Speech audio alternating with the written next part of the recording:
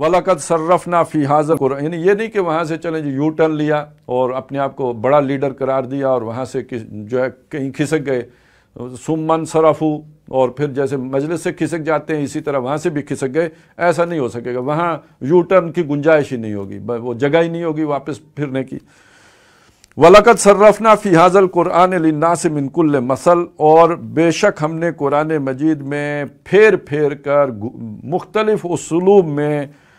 مثالیں بیان کی ہیں لوگوں کے لیے ہر طرح کی۔ یعنی یہ ہوتا ہے انسانوں کے مزاج مختلف ہوتے ہیں، سب لوگ ایک انداز میں بات نہیں سمجھتے۔ ایک موٹی سی بات ہے جو ہر کسی کی سمجھ میں آ سکتی ہے کہ بعض لوگوں کے لیے علمی انداز جو ہے وہ باتیں ایسی ہوتی ہیں کہ جیسے ان کے سر سے گزر جائیں اور وہ بیٹھے ان کو نیند ہی آتی ہے، اور بعض لوگوں کے لیے جو ہے وہ جو ایک وعظ کا انداز ہوتا ہے اور وہ انہیں قصے کہانیاں معلوم ہوتا ہے، وہ انہیں پسند نہیں آتا۔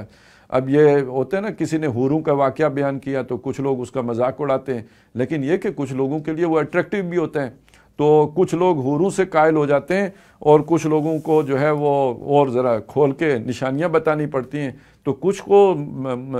عقل و فکر کے ان کو اس کو اپیل کرنا پڑتا ہے۔ تو مختلف مزاجوں کے لوگ ہوتے ہیں، یہ کوئی ایک مزاج نہیں ہے، دو مزاج نہیں ہے، کئی مزاجوں کے لوگ ہوتے ہیں۔ ایک طرح سے بات نہ سمجھ آئے تو دوسری طرح سے سمجھ آ جاتی ہے، لہٰذا ہم نے ہر طرح سے پھیر پھیر کر مختلف اسالیب میں مختلف انداز میں اپنی بات سمجھائی ہے۔ ایک ہی پھول کے مضمون کو 100 رنگ سے باندھا ہے تاکہ انسان کی سمجھ میں بات آ جائے، لیکن وَكَانَ الْإِنسَانُ أَكْثَرَ شَيْءٍ جَدَلًا، انسان تمام مخلوقات میں سب سے زیادہ جھگڑالو ہے، بحث کرنے والا ہے، حجت باز ہے، کٹ حجتی کرتا ہے۔ لیکن یہ کہ یہ ہم پڑھ آئے ہیں کہ اس کٹ حجتی کے پیچھے بھی کوئی ہوتا ہے، یہ جو مضامین خیال میں آ رہے ہوتے ہیں تو وہ کوئی ہے جو ڈال رہا ہوتا ہے۔ إِنَّ الشَّيَاطِينَ لَيُوحُونَ إِلَىٰ أَوْلِيَائِهِمْ لِيُجَادِلُوكُمْ، یہ شیاطین ہیں جو